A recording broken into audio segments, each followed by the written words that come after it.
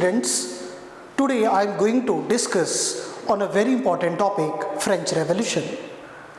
This topic is very important for your NTSC and board exams. आप सभी जानते हो कि NTSC में टोटल 40 क्वेश्चंस पूछे जाते हैं सोशल साइंस से, और इन सभी के 4 ऑप्शंस होते हैं। 2 स्टेज में ये एग्जामिनेशन होती है। तो फ्रेंच रेवोल्यूशन वर्ल्ड हिस्ट्री का काफ़ी इम्पोर्टेंट टॉपिक है, और ये हम क्यों पढ़ रहे हैं, सबसे पहले मैं इसका इम्पोर्टेंस आपको बता रहा हूँ।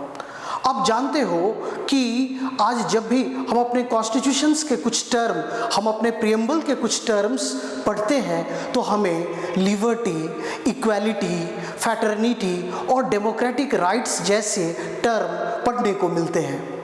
हमें ये सारे टर्म्स कहाँ से मिले, ऐसा क्या हुआ?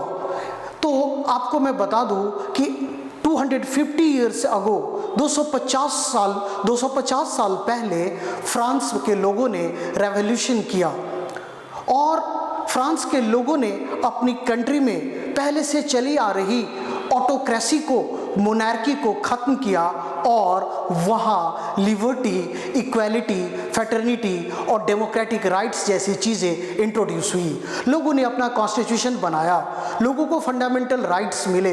तो ये सारी इंपॉर्टेंट चीज़ें हो पाई because of the French Revolution. That's why this chapter is very important for you. Now I am going to start this chapter. Okay, let's start. The French Revolution. In this topic, by looking at the French Revolution, we will discuss on these important topics. First, end of monarchy in France. French revolution के कारण France में monarchy, राजतंत्र, राजशाही को ख़त्म किया गया। दूसरा जो पॉइंट आप देख पा रहे हो, फ्रांस की जो सोसाइटी थी वो बेस्ड ऑन प्रिविलेजेस थी, इक्वालिटी नहीं थी। तो फ्रेंच रेवोल्यूशन ने एक रास्ता दिखाया जहां एक नए सिस्टम को क्रिएट किया गया, नया सिस्टम बनाया गया गवर्नेंस का। थर्ड, अगर मैं बात करूं तो declaration of rights of man, जहां लोगों को कुछ राइट्स मिले।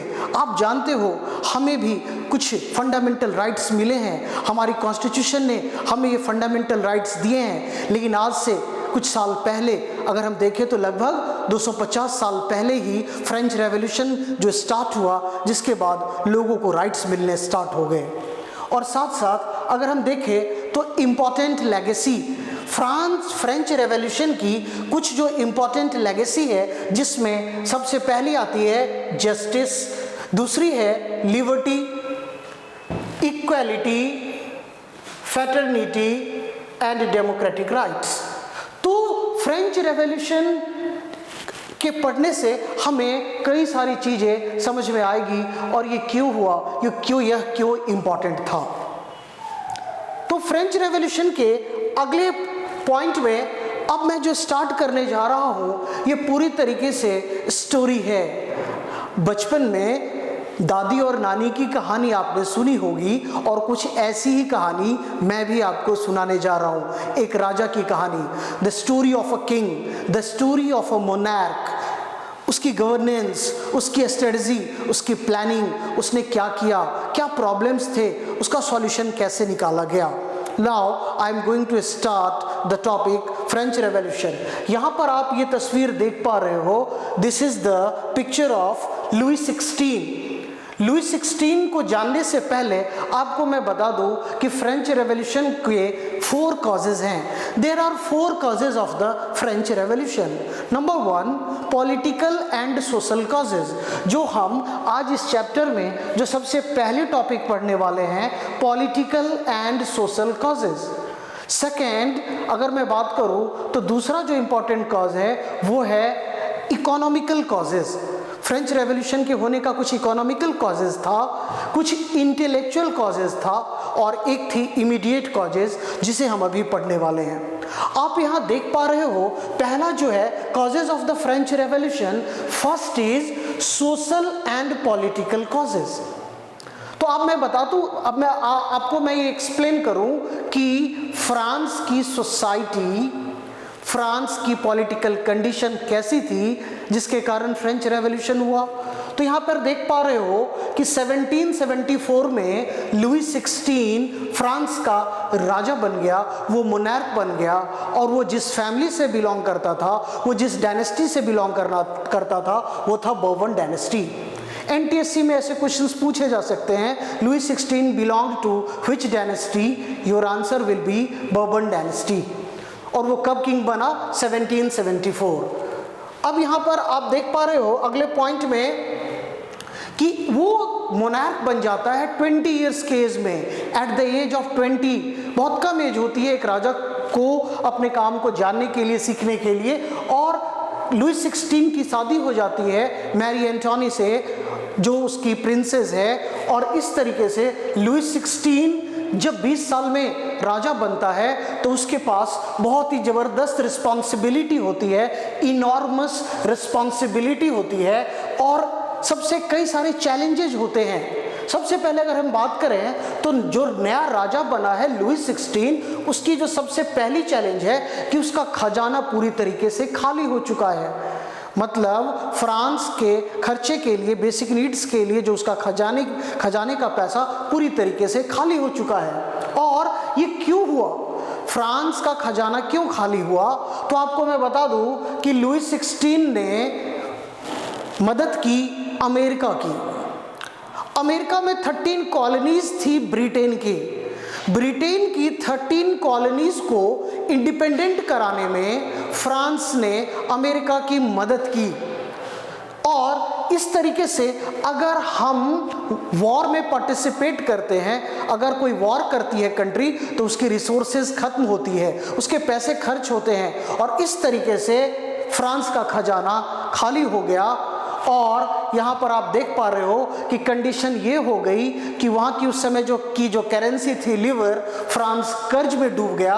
वहाँ पर बिलियन से भी ज़्यादा लीवर के कर्ज हो गए, और ये कर्ज बढ़कर लगभग 2 बिलियन तक चला गया। 2 बिलियन से भी ज़्यादा हो गया। मतलब फ्रांस कर्ज में था, फ्रांस का खजाना खाली हो चुका था जब 1774 में लुई 16 राजा बना, क्योंकि लुई 16 ने अमेरिका की मदद की थी। धीरे धीरे खजाना खाली होता रहा। ये बहुत ही इंपॉर्टेंट, अगर मैं बात करूं, ये एक चैलेंज था। ये इस प्रॉब्लम को लुई 16 फेस कर रहा था। अब यहां पर आप देख पा रहे हो कि कंडीशन ये हो गई कि वहां जो लेंडर्स थे, वहां जो मनी लेंडर्स थे, उनसे पैसे लेने पड़ रहे थे। अगर मैं बात करूं तो यहां देख पा रहे हो कि स्टेट क्रेडिट, और जहां पर ये मनी लेंडर्स 10% चार्ज करते थे इंटरेस्ट फ्रांस की। तो आप एक चीज तो आपको समझ में आ गया कि लुई 16 एक बहुत ही प्रभावशाली मोनार्क नहीं था, क्योंकि उसने फ्रांस का खजाना पूरी तरीके से ड्रेन्ड कर दिया था। फ्रांस के पास पैसे नहीं थे, फ्रांस कर्ज में डूब चुका था, फ्रांस अपने ही मनी लेंडर से पैसे इंटरेस्ट पर ले रहा था, और ये मनी लेंडर्स 10% इंटरेस्ट चार्ज कर रहे थे। और लुई 16 की जो वाइफ थी मैरी एंटोनी, वो उसे बहुत ही अच्छा सजेशन नहीं देती थी, और कई बार दखल करती थी, वो इंटरफेयर करती थी उसके कामों में, जिसे हम अच्छा नहीं कह सकते थे। तो आपको एक चीज़ समझ में आ गया कि पॉलिटिकल सिचुएशन जो थी फ्रांस की, वो बहुत अच्छी नहीं थी। दूसरा है सोशल कॉजेज। फ्रांस की सोसाइटी कैसी थी? तो आपको मैं बता दूं कि फ्रांस की सोसाइटी 3 डिफरेंट स्टेट्स में बटी हुई थी, और उसमें इक्वालिटी नहीं थी।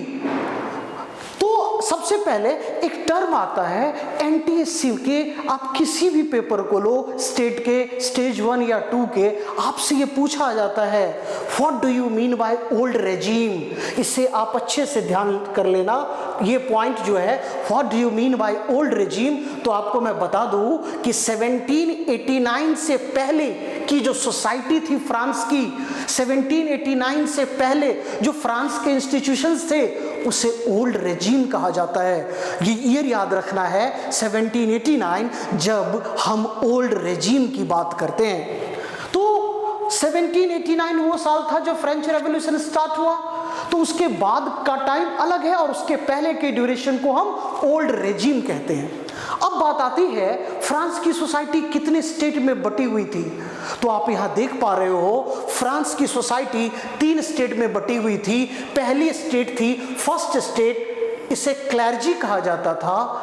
क्लर्जी के बारे में आपको मैं बता दूं, ये वो ग्रुप ऑफ पर्सन थे जिनका चर्च में स्पेशल फंक्शन होता था, जो चर्च के कामों में इन्वॉल्व रहते थे, क्लर्जी। और इनकी सबसे टॉप, अगर मैं बात करूं, ये टॉप स्टेट था, ये सबसे टॉप लेवल था। नंबर 2, ये सभी कुछ सर्टेन प्रिविलेजेस इंजॉय कर रहे थे by birth. By birth clergy को बहुत सारी प्रिविलेजेस मिली हुई थी। तो यहां पर अगर हम देखें कौन सी प्रिविलेजेस थी, तो क्लर्जी को टैक्स पे करना नहीं होता था। क्लर्जी कोई भी टैक्स पे नहीं करते थे, बल्कि क्लर्जी टैक्स लेते थे थर्ड स्टेट से।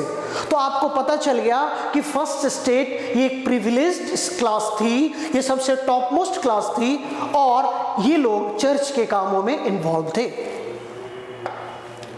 सेकेंड स्टेट, दूसरी जो आपको मैं जो सोशल डिवीजन बता रहा हूं, उसमें सेकेंड स्टेट है जिसे हम नोबिलिटी कहेंगे। और नोबिलिटी बेसिकली वो मैन और वुमेन होती थी जिनके पास पॉलिटिकल पावर था। उन्हें एरिस्टोक्रेटिक टाइटल्स दी गई थी, जिसे हम ड्यूक या ड्यूस कह सकते हैं। और इन्हें भी किसी भी तरीके की टैक्स नहीं देनी होती थी। इन्हें भी बहुत सारी प्रिविलेजेस बाय बर्थ मिली हुई थी। और साथ साथ ये जो फ्यूडल प्रिविलेजेस था, जिसमें ये फ्यूडल ड्यूज कलेक्ट करते थे। फ्यूडल ड्यूज का मतलब है कि कुछ ऐसी कंपलसरी अमाउंट होती थी, ग्रेन्स हो सकता था, मनी हो सकता था, फ्रूट्स, ऐसी सॉल्ट चीजें, ये लोअर स्टेट के लोग, लोअर स्टेट मतलब थर्ड स्टेट के लोग सेकेंड स्टेट को देते थे, इन नोबल्स को देते थे। ये फ्यूडल ड्यूज था। और फ्यूडल ड्यूज जो कलेक्ट करना, ये पीजेंट से लिया जाता था, ये जो नोबल्स थे वो कलेक्ट करते थे। यहां पर आप देख पा रहे हो इसी तरीके से थर्ड स्टेट की अगर हम बात करें, तो थर्ड स्टेट में बाकी सभी आ जाते थे, big businessman, merchant, court officials, lawyers, landless labours, servant, small peasants, artisans, ये सभी थर्ड स्टेट में आते थे।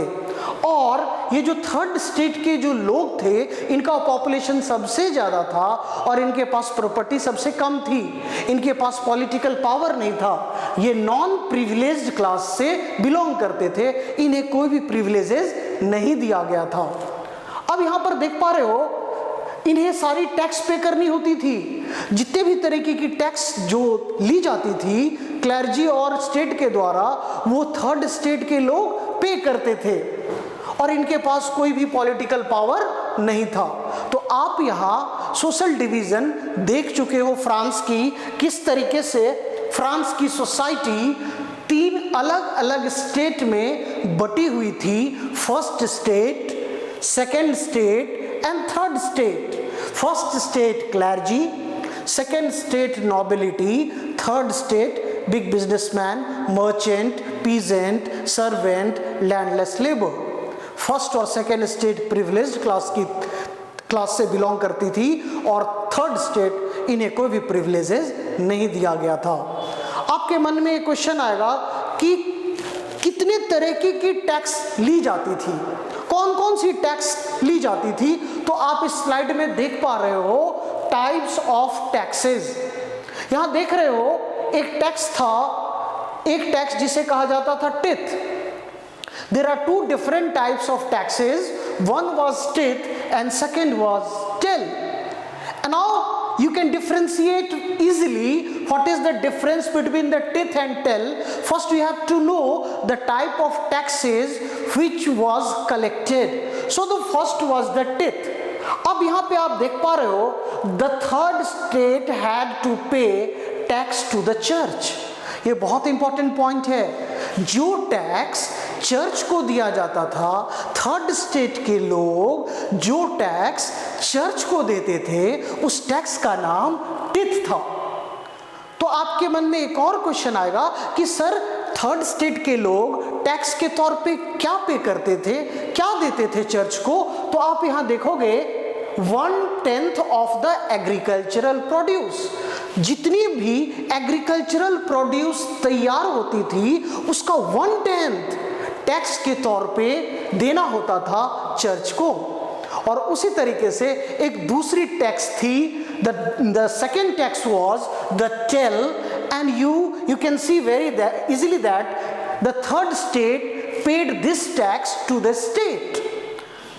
टेल वो टैक्स था जो थर्ड स्टेट के लोग स्टेट को पे करते थे। तो फिर आप यही कहोगे कि यहां कौन सी चीजें दी जाती थी, तो नंबर ऑफ इनडायरेक्ट टैक्स, ये एक इनडायरेक्ट टैक्स था जहां पर डेली यूज की जो कंजप्शन की जो चीजें थी वो पे की जाती थी, जहां पर सॉल्ट और टोबैको बेसिकली ये पे करती थी थर्ड स्टेट, किसे करती थी, स्टेट को। So this is the difference between the tithe and taille. अब यहां आपको जब पॉलिटिकल और सोशल कॉजेज समझ में आ गया, फ्रांस की पॉलिटिकल सिचुएशन कैसी थी और फ्रांस में की सोसाइटी कैसी थी, तो आपके मन में यह भी क्वेश्चन होगा कि वहां की इकोनॉमिकल कंडीशन कैसी थी। तो यहां पर आप देख पा रहे हो, इसे यहां मैंने एक्सप्लेन किया है इकोनॉमिक कॉजेज के तौर पे। तो पॉपुलेशन जो थी फ्रांस की एक सर्टेन ड्यूरेशन में बहुत तेजी से इंक्रीज होनी स्टार्ट हो गई। तो फ्रांस की जो पॉपुलेशन जो कि 23 मिलियन थी 1715 में, वो 28 मिलियन हो गई 1789 में। तो एक शॉर्ट ड्यूरेशन में फ्रांस की पॉपुलेशन 23 मिलियन से 28 मिलियन हो गई। और आप समझ सकते हो पॉपुलेशन अगर इंक्रीज होगा तो कैसे प्रॉब्लम्स आएंगे। इसने डिमांड फूड ग्रेन्स की बढ़ा दी, और जब किसी चीज की डिमांड बढ़ती है तो उसकी प्राइस भी बढ़ जाती है। तो ब्रेड की प्राइस बहुत तेजी से बढ़ने लगी, और जितने भी वर्कर्स और एम्प्लॉयर्स थे वो लेबर के जैसा काम करने लगे, और पुअर और रिच के बीच की जो डिफरेंसेस थी वो बढ़ने लगी। और साथ साथ यह एक सिचुएशन क्रिएट कर दी, and the situation was subsistence crisis. What do you mean by the subsistence crisis? When the basic mean of livelihood is endangered, जब हमारे रोजमर्रे की चीजों की जो जरूरत है वो खतरे में आ जाए, वो जब फुलफिल ना हो। हम कहते हैं रोटी कपड़ा और मकान, ये ब्रेड, जब हमारी ब्रेड जो है हमारी बेसिक नीड है, क्लोथ्स हमारी बेसिक नीड है, जब वो फुलफिल ना हो पाए वो सिचुएशन कहलाती है subsistence crisis. When the basic mean of livelihood is endangered, तो ये सिचुएशन क्रिएट हो गई।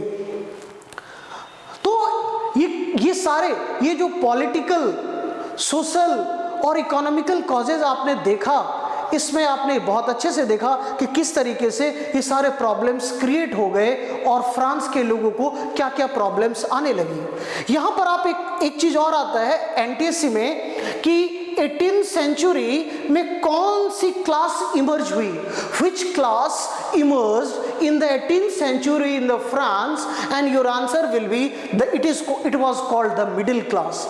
आज ये मिडिल क्लास टर्म सुनने में काफी सुना सुना सा लगता है, लेकिन 18th सेंचुरी में अगर मैं बात करूं तो एक नया क्लास इमर्ज हुआ फ्रांस में, जिसे हम यहां पर आप देख पा रहे हो, ये मिडिल क्लास। यहां पर ये मिडिल क्लास की बात हो रही है जो कि 18th सेंचुरी में इमर्ज हुई। फ्रेंच रेवोल्यूशन के स्टार्ट होने का एक बहुत बड़ा कारण था इंटेलेक्चुअल कॉजेज। मतलब कुछ ऐसे इंटेलेक्चुअल्स, कुछ ऐसे फिलोसफर्स थे जिन्होंने लोगों को रेवोल्यूशन का रास्ता दिखाया, जिसे हम इनलाइटमेंट कह सकते हैं। तो ऐसे कौन कौन से फिलोसफर्स थे जिनकी बुक्स और जिनकी फिलॉसफी ने फ्रांस के लोगों को रेवोल्यूशन का रास्ता दिखाया, तो इसे मैंने इंटेलेक्चुअल कॉज के टर्म्स में डिफाइन किया है। तो आप यहाँ देख पा रहे हो कि ये जो फिलोसफर्स थे वो इन सभी चीज़ों को डिस्कस करते थे, लोगों को ये चीज़ें समझ में आने लगी। तो सबसे जो पहली बुक और उसके राइटर का नाम आप देख पा रहे हो वो है two treatises of government. Two treatises of government, it was written by John Locke. Two treatises of government was written by John Locke. But the important point is, what was the philosophy in this book? What was the philosophy of the John Locke? So John Locke sought to refute the doctrine and absolute right of the monarch.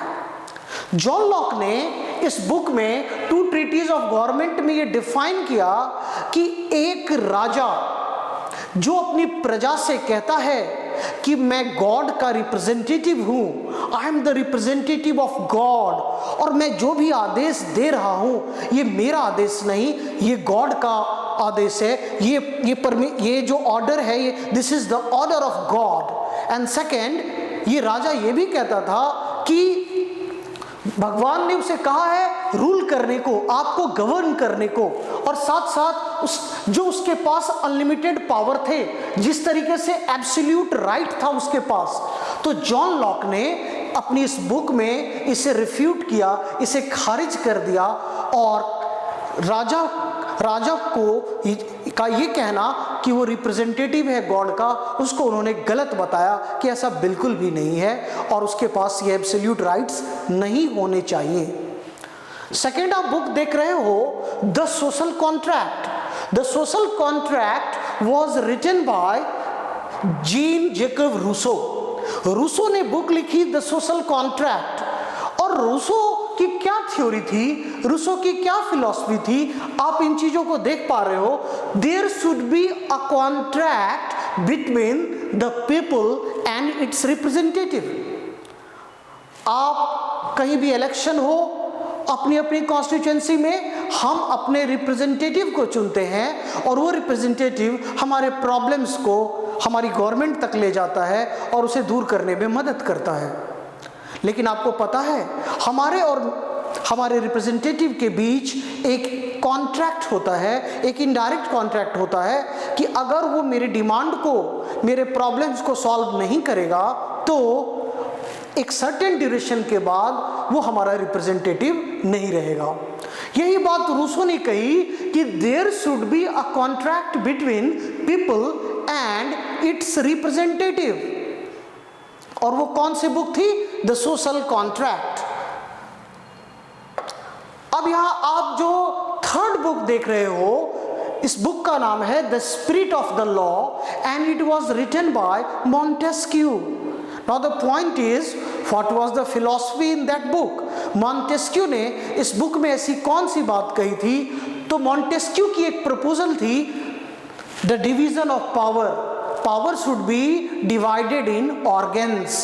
और Montesquieu की जो power division की बात थी, among three organs, legislative, executive and judiciary, where the legislative makes the law, executive executes the law and judiciary resolve the disputes, वो law को implement कराने में मदद करे।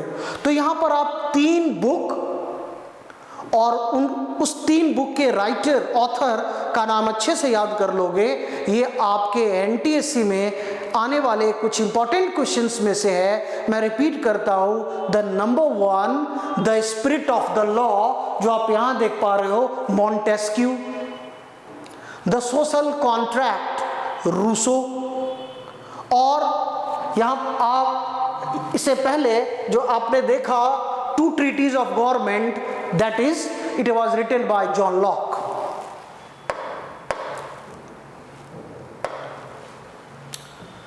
अब यहां आपको मैंने बताया there are four causes, social and political causes, second economical causes, third intellectual causes and the fourth is the immediate cause. वो immediate कारण क्या था? किस ऐसी क्या सिचुएशन क्रिएट हुई कि लोगों ने रेवोल्यूशन स्टार्ट कर दिया? तो आपको मैं बता दूं, ये डे आप बहुत अच्छे से याद रखोगे, 5 मई 1789, 5 मई 1789। ये वो दिन था जब लुई 16 ने अपनी स्टेट जनरल की मीटिंग बुलाई। State general was the political body in France. जब फ्रांस में मोनार्की थी, लुई 16 का शासन था, उस समय वहां की पॉलिटिकल बॉडी थी the state general. State general की मीटिंग को बुलाने का जो मकसद था वो था टैक्स को इंक्रीज करना। आप जान चुके हो टैक्स कौन पे कर रहा था? Third state. कलेक्ट कौन कर रहा था? क्लर्जी और स्टेट। तो टैक्स को इंक्रीज करना था क्योंकि खजाना खाली हो चुका था और लुई 16 ने 5 मई 1789 को स्टेट जनरल की मीटिंग बुलाई जहां पे नए टैक्स का प्रपोजल था, टैक्स को इंक्रीज करना था। यहां पर आप देख पा रहे हो state general was a political body और ये वहां पर एक हॉल थी वर्साइल में जहां फर्स्ट स्टेट के 300 रिप्रेजेंटेटिव्स वहां आते थे उस मीटिंग में, उस असेंबली में। सेकंड स्टेट के 300 और थर्ड स्टेट के 600। ये जो फर्स्ट और सेकंड स्टेट के रिप्रेजेंटेटिव्स थे इन्हें वहां पर सीटिंग पोजीशन दी गई थी और वो आमने सामने बैठते थे, लेकिन थर्ड स्टेट के 600 रिप्रेजेंटेटिव्स को उस हॉल से बाहर रखा जाता था और उन्हें बैठने नहीं दिया जाता था। और वहां पर एक फॉर्मूला थी 1 स्टेट 1 वोट। आप यहां देख पा रहे हो रिप्रेजेंटेटिव कितने हैं? 300, लेकिन उन्हें वोट केवल एक देना होता था क्योंकि फॉर्मूला था 1 स्टेट 1 वोट। यहां पर आप देख पा रहे हो सेकेंड स्टेट ये भी 1 वोट ही देता था जबकि रिप्रेजेंटेटिव 300 थे, और थर्ड स्टेट रिप्रेजेंटेटिव है 600 और वोट है 1। आपको यहां भी इक्वालिटी नहीं दिखेगी। यहां 3 डिफरेंट स्टेट में आपको इक्वालिटी नहीं दिख रही है, यहां आपको डिस्क्रिमिनेशन दिख रहा है। और हम बात कर रहे हैं इमीडिएट कॉज की। वो इमीडिएट कारण क्या था? फ्रेंच रेवोल्यूशन के स्टार्ट होने का। अब यहां जिस तरीके से थर्ड स्टेट के लोगों ने एक नई डिमांड रख दी कि मैं 600 रिप्रेजेंटेटिव मेरे इंडिविजुअल वोट करेंगे और हमारे 600 वोटिंग होगी। मोनार्क जब चाहे स्टेट जनरल की मीटिंग बुला सकता था किसी भी प्रपोजल के लिए। और एनटीएससी की ये one of the difficult point जो है फ्रेंच रेवोल्यूशन की, जो बच्चे अक्सर याद नहीं रख पाते, और ये आपके एनसीईआरटी के बुक के किसी कोने में लिखा रहता है जिस पे आपकी नजर ही नहीं जाती और आप उसे मिस करते हो और आप एक क्वेश्चन गलत करके आते हो। ये वही बॉक्स है, छोटे छोटे बॉक्सेस यहां देख पा रहे हो। एक मोनार्क, तो जो मीटिंग लुई 16 ने बुलाई 1789 में, उससे पहले वो मीटिंग बुलाई गई थी 1614 में। तो यहाँ पे अगर हम देखें तो थर्ड स्टेट के जो मेंबर्स थे उन्होंने इंडिविजुअल वोटिंग की डिमांड की, लेकिन किंग लुई 16 ने इस डिमांड को रिजेक्ट कर दिया। उसने कहा कि ये पॉसिबल नहीं है। आप जानते हो अगर मैं लुई 16 हूं और मुझे टैक्स बढ़ाना है और ये प्रपोजल लेकर मैं आपके पास आ रहा हूं तो क्या होगा? फर्स्ट स्टेट की 1 वोट, सेकेंड स्टेट की 1 वोट मिलकर 2 हो जाएगी और थर्ड स्टेट 1 वोट देगा, वो हार जाएगा, मतलब वो प्रपोजल पास हो जाएगा। ऐसा तो यहां पर जब लुई 16 ने इस प्रपोजल को रिजेक्ट कर दिया तो 20 जून 1789 को थर्ड स्टेट के रिप्रेजेंटेटिव्स ने वॉकआउट कर दिया और वो टेनिस कोर्ट, वहाँ एक इंडोर टेनिस कोर्ट थी, ग्राउंड, जहाँ पर ये असेंबल हुए और उन्होंने टेनिस कोर्ट ओथ लिया। Tennis court oath is a very important point for NTSC and the board exams.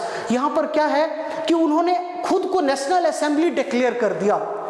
National assembly declare की गई और उन्होंने ये तय किया कि अब हम कॉन्स्टिट्यूशन बनाएंगे और लुई 16 के पावर को रिड्यूस करेंगे।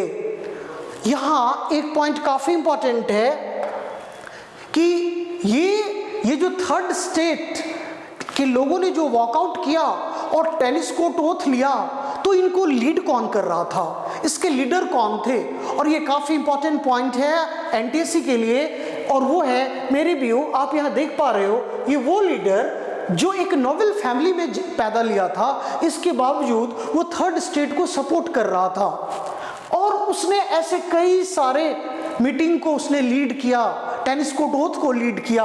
और दूसरे लीडर का नाम है एविसेस। आप यहाँ देख रहे हो यह एक प्रिस्ट था, एक प्रिस्ट, एक नोबेल भी थर्ड स्टेट को सपोर्ट कर रहा था। और उसने एक बहुत ही इंपॉर्टेंट बात यहाँ जो आएगी, उसकी एक पैम्पलेट है जिसका नाम है what is the third state?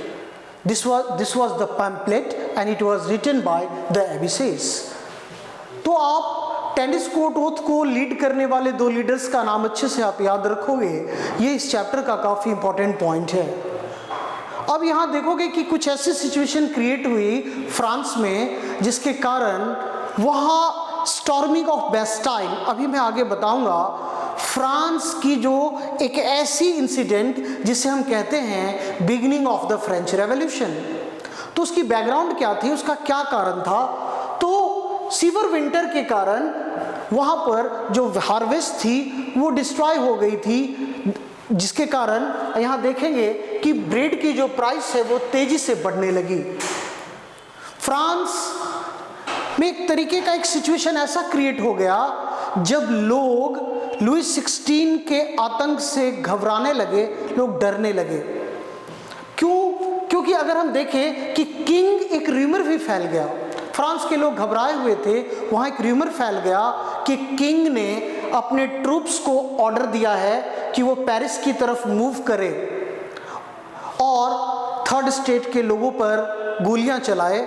और ये जो रूमर था जिसके कारण वहाँ फ्रांस के लोगों ने, थर्ड स्टेट के लोगों ने, वहाँ एक फोर्ट्रेस था जिसे हम कहते हैं symbol of the despotic king Louis 16, उसे 14 जुलाई 1789 को डिस्ट्रॉय कर दिया गया। उस एजिटेटेड क्राउड ने उस बेस्टाइल को, जिसे हम स्टॉर्मिंग ऑफ बेस्टाइल कहते हैं, ये घटना काफ़ी इंपॉर्टेंट है फ्रेंच रेवोल्यूशन में। On the 14th July 1789, agitated crowd destroyed the Bastille, storming of Bastille।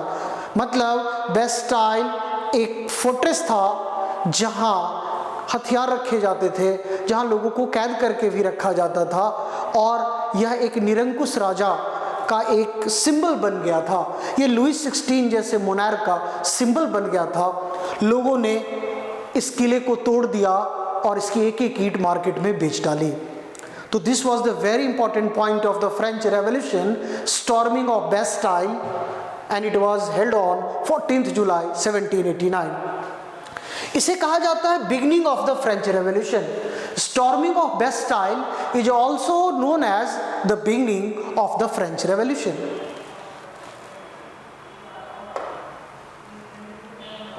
यहां पर आप एक पॉइंट देख पा रहे हो, the spread of the great fear. एक ऐसा डर जो पूरे फ्रांस में फैल गया था। आपके मन में होगा कि ये डर किसका था? क्या थर्ड स्टेट के लोग डरे हुए थे? नहीं, यहाँ नॉवेल्स डरे हुए थे। नॉवेल्स क्यों डरे हुए थे? आप इस पॉइंट को देख पा रहे हो कि पूरे फ्रांस में एक रूमर ये फैल गया कि जितने भी नॉवेल्स हैं, जितने भी लैंडलॉर्ड्स हैं, उन्होंने डाकुओं का जत्था, बैंड्स ऑफ ब्रिगेंड्स, उसे हायर कर रखा है, और उसका मकसद है कि जितने भी क्रॉप्स हैं, जितने भी पके हुए क्रॉप्स हैं, राइप क्रॉप्स हैं, उसको वो डिस्ट्रॉय कर दे, उसमें आग लगा दे। मैं फिर से रिपीट कर रहा हूँ, the spread of the great fear. यहाँ पूरे फ्रांस में ये रूमर फैल गया कि नॉवेल्स ने डाकुओं का जत्था हायर किया है, बैंड्स ऑफ ब्रिगेंड्स को हायर किया है, जो पके हुए फसल में आग लगा देगा और सारे क्रॉप्स को वो डिस्ट्रॉय कर देगा। जितने भी पीजेंट्स थे, उन्होंने अपने जो इक्विपमेंट्स थे कल्टीवेशन फार्मिंग के लिए, जिसको उन्होंने वेपन्स के तौर पे यूज किया, और उसको लेकर उन्होंने नॉवेल्स के घर पे अटैक करना स्टार्ट कर दिया। और वहाँ जो अटैक किया गया, बेसिकली वो कैस्टल था उन नॉवेल्स के रहने का, जहाँ पे वो अनाज वो स्टोर करके रखते थे, वहाँ पे वो डॉक्यूमेंट्स रखा जाता था। ऐसे जगहों पर थर्ड स्टेट के लोगों ने अटैक करना स्टार्ट किया और उन अनाजों को लूटना स्टार्ट किया, क्योंकि वो स्टोर करके रखा हुआ था। तो थर्ड स्टेट के लोगों ने उसे अपने कंट्रोल में कर लिया। जितने भी डॉक्यूमेंट्स थे, वो डॉक्यूमेंट्स कैसे थे? तो उसमें जितने भी ड्यूज हैं, यहाँ पे आप देख पा रहे हो मैनोरियल ड्यूज, मतलब जो ड्यूज का मतलब है कि जो कलेक्ट किया जाता था उसका हिसाब रखा जाता था कि किसको कितना देना है, किसको कितना कलेक्ट करना है, किससे। तो इसे हम कह सकते हैं कि वो डॉक्यूमेंट जो ये जितने भी नॉवेल्स थे वो अपने पास रखे हुए थे, अपने टैक्स को कलेक्ट करने से रिलेटेड उन सभी डॉक्यूमेंट्स को जला दिया गया। और ये नॉवेल्स पे जो अटैक होने लगा तो ये नॉवेल्स डर गए, वो अपने घर को उन्होंने घर से वो भागने लगे और कई सारे नॉवेल्स तो नेबरिंग कंट्री में जाकर माइग्रेट हो गए, फ्रांस की अगल बगल की कंट्री में जाके वो रहने लगे। France becomes a constitutional monarchy। यहां पर आप देख पा रहे हो कि फ्रांस में जो लुईस 16 का शासन था उस समय पॉलिटिकल बॉडी थी स्टेट जनरल, जहां कंप्लीट मोनार्की थी, जहां पूरी तरीके से राजा का शासन था। लेकिन जब थर्ड स्टेट के लोगों ने टेनिस को ओथ लिया तो वहां आपने देखा कि उस ओथ का पहला पॉइंट क्या था कि उन्हें मोनार्क के पावर को रिड्यूस करना है, उन्हें कॉन्स्टिट्यूशन बनाना है, और उन्होंने खुद को नेशनल असेंबली डिक्लेयर कर दिया था। तो लुईस 16 ने इस ग्रेट फियर और स्टॉर्मिंग ऑफ बेस्टाइल के बाद लुईस 16 ने फाइनली नेशनल असेंबली को रिकॉग्नाइज किया, उसको उसकी जगह दी, उसका इंपॉर्टेंस उसे समझ में आ गया लुईस 16 को। 4 अगस्त 1789 को असेंबली ने पूरी तरीके से जितनी भी फ्यूडल सिस्टम थी और जो टैक्स कलेक्ट किए जाते थे केवल थर्ड स्टेट से, उन सभी चीज़ों को खत्म कर दिया। कब ये खत्म हुआ? 4 अगस्त 1789, जहां नेशनल असेंबली ने इन सभी चीज़ों को एबोलिश कर दिया। अगला जो पॉइंट है, तो जितने भी टाइटल्स थे, आपको मैंने बताया था टाइटल्स, ड्यूक, ड्यूस, ऐसे टाइटल्स जो थे उन सभी को, और चर्च के पास भी जो चीज़ें थी, ऐसे लैंड जो वो ओन करते थे, उन सभी चीज़ों को भी एबोलिश कर दिया गया। नेशनल असेंबली ने 1791 में कॉन्स्टिट्यूशन बनाई। यहाँ पर ये पॉइंट काफ़ी इंपॉर्टेंट है। The national assembly completed and drafted the constitution in 1791। इसका मेन जो ऑब्जेक्ट था वो था मोनार्क के पावर को रिड्यूस करना। यहाँ फ्रांस जब कॉन्स्टिट्यूशनल मोनार्की बनता है तो यहाँ कॉन्स्टिट्यूशन भी है और यहाँ राजा भी है, यहाँ मोनार्क भी है। अब पावर को सेपरेट कर दिया गया। आपने वो फिलॉसफी पढ़ी है, वो थ्योरी पढ़ी है जहां पर पावर को शेयर करने की बात हुई थी। जिस तरीके से the spirit of the law में पावर शेयरिंग की बात की थी मॉन्टेस्क्यू ने, उसको यहां इंप्लीमेंट कर दिया गया। अब पावर को 3 ऑर्गन में बांट दिया गया और वो 3 ऑर्गन है लेजिस्लेटिव, एग्जीक्यूटिव एंड जुडिशियरी। 3 अलग अलग ऑर्गन में बांट दिया गया। यहां एक काफी इंपॉर्टेंट पॉइंट है कि ये जो नई पॉलिटिकल बॉडी बनी नेशनल असेंबली, क्या यहां इलेक्शन डायरेक्टली होता था या इनडायरेक्टली? तो आंसर होगा यहां इनडायरेक्ट इलेक्शन होता था, इनडायरेक्टली लोग इलेक्ट किए जाते थे। तो क्या फ्रांस के सभी लोगों के पास वोटिंग राइट्स थी? क्या फ्रांस में हर कोई वोट दे सकता था? तो इसका आंसर होगा नो। बेसिकली फ्रांस के पीपल को 2 कैटेगरी में बांटा गया। The people of France were divided into 2 categories. One was the active citizen and second was the passive citizens. आप यहाँ एक्टिव सिटीजन्स देख पा रहे हो कि यहाँ वही उन्हीं को एक्टिव सिटीजन कहा जाता था जिनकी एज 25 एंड अबव थी और वो मेन थे। वो मेन जिसकी एज 25 से ज़्यादा हो और साथ साथ वह टैक्स पे करता हो, कम से कम उसकी जो वेजेस है 3 डेज की वेजेस जितनी होगी उसके बराबर अगर वो टैक्स पे कर रहा है तो उसे एक्टिव सिटीजन का स्टेटस दिया जाता था। और एक्टिव सिटीजन के पास ही वोटिंग राइट्स थी, वोट वही दे सकते थे। तो आप समझ सकते हो कि पैसिव सिटीजन्स कौन होंगे। तो यहाँ पे आप देख पा रहे हो बाकी जितने भी लोग हैं वो सभी पैसिव सिटीजन्स कहलाते थे। तो वो मैन जिसकी एज 25 से कम है या फिर वो 3 डेज के वेजेस के बराबर टैक्स पे नहीं कर रहा है, और वो सारी वुमेन पैसिव सिटीजन कहलाती थी और उन्हें टैक्स नहीं देना होता था। ये काफी इंपॉर्टेंट पॉइंट है, आप इसे यहां देख पा रहे हो। और ये जो कॉन्स्टिट्यूशन बनी उसने declaration of right of man and citizen की बात की, मतलब कुछ ऐसे राइट्स दिए जाएंगे जो वहां के सिटीजन को दिया जाएगा। आज कई सारे ऐसे राइट्स हैं जो हमारे पास हैं, तो वहां की कॉन्स्टिट्यूशन ने किस राइट्स की बात की, तो आप यहां कुछ ऐसे राइट्स देख पा रहे हो। Right to life, freedom of speech, freedom of opinion, equality before law, इसे नेचुरल राइट्स के तौर पे टर्म किया गया और इसे कभी भी लिया नहीं जा सकता है। Equality before the law were established as natural rights and this is very important for your NTSC and they belong to each human being by birth. ये उन्हें बाय बर्थ मिलेगा और इनसे कभी वापस नहीं लिया जाएगा। एक रेवोल्यूशनरी जर्नलिस्ट थे, उनका नाम था पॉल मैरॉट। उन्होंने एक न्यूज़पेपर में ये कमेंट किया कि ये जो कॉन्स्टिट्यूशन बनाई गई है, the constitution drafted by the national assembly, उसको इन्होंने कहा the friend of the people, the friend of the people.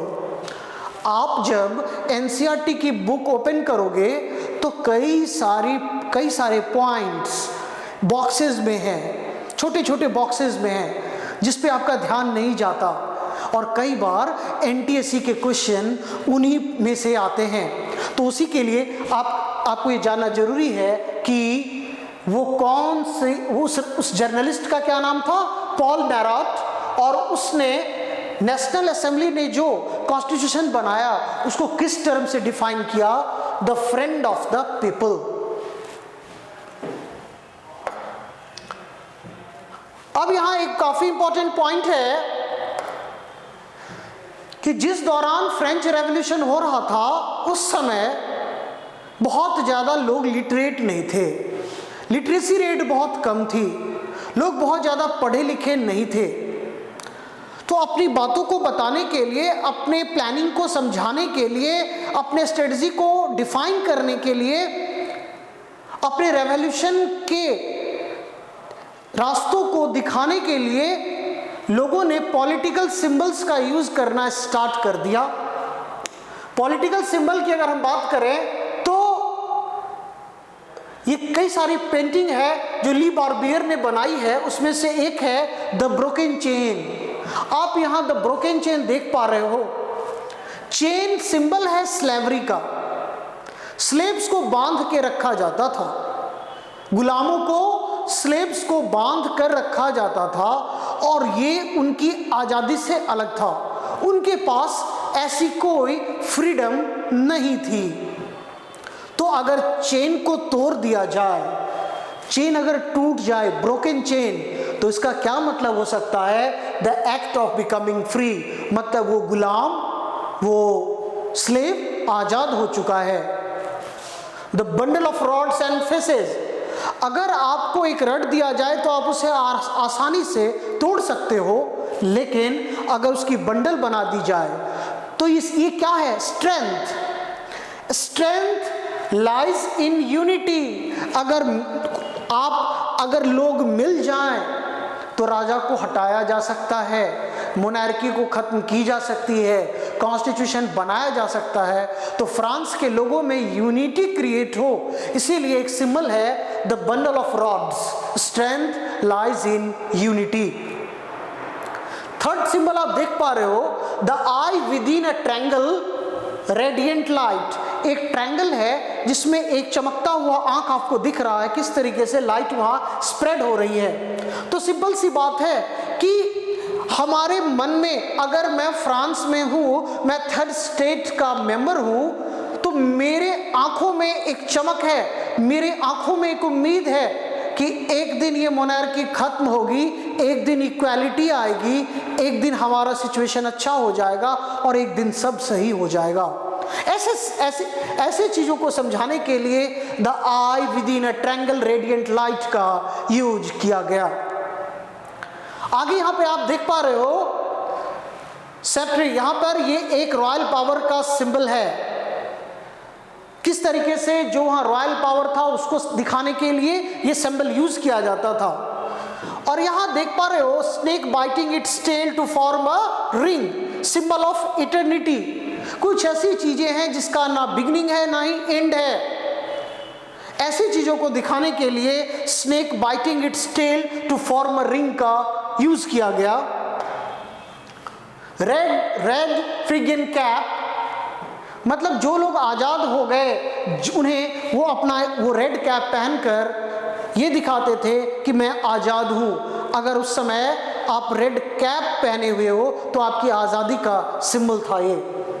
Blue white red, आज भी ये फ्रांस का नेशनल कलर है और जब भी आप फ्रांस के मैप को देखोगे तो आपको यही तीन कलर दिखेगा, ब्लू व्हाइट और रेड। और ये तीन कलर फ्रेंच रेवोल्यूशन के दौरान यूज हुआ था and these colours were the national colours of France.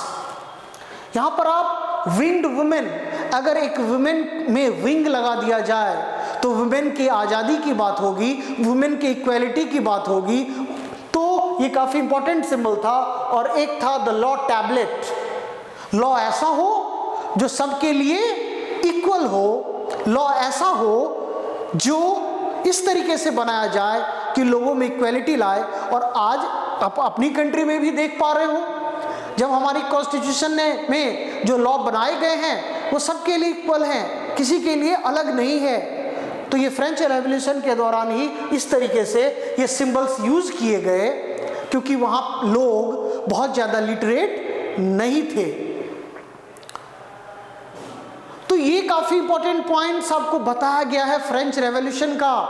अगर आप ये सारे पॉइंट्स पढ़ोगे तो आप 40 के 40 क्वेश्चंस आप इन वीडियोस को देखकर अटेंड करोगे, क्योंकि जो टॉपिक मैं आपको इन वीडियोस में बताऊंगा कोई भी क्वेश्चन इससे बाहर नहीं आएगा। आप बस इसे ध्यान से देखो, इसके इंपॉर्टेंट पॉइंट्स को लिखो और इसे आप याद कर लो अच्छे से।